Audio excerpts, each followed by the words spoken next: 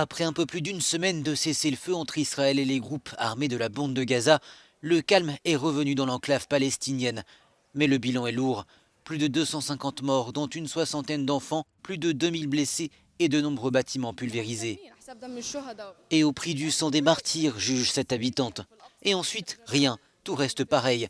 À Sheikh Jarrah, à Jérusalem, dans les colonies, rien ne change. Au bout du compte, ça ne vaut pas la peine. De nombreuses infrastructures ont été endommagées, tout comme des centres médicaux et des écoles.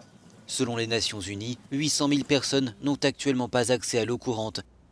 Les habitants se souviennent aussi de nuits de cauchemars qui risquent de les marquer à vie. Je suis allé me coucher, puis j'ai entendu l'explosion. J'ai fait mes dernières prières, j'étais sûr que j'allais mourir. Puis j'ai senti la maison de mon frère s'effondrer. J'ai regardé depuis le balcon de ma cuisine, sa maison n'était plus là. Malgré la trêve, les tensions persistent.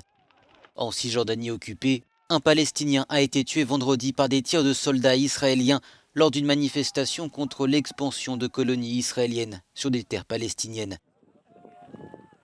Cette semaine a également été marquée par la décision du Conseil des droits de l'homme de l'ONU de lancer une enquête sur les atteintes aux droits humains commises dans les territoires palestiniens occupés et en Israël.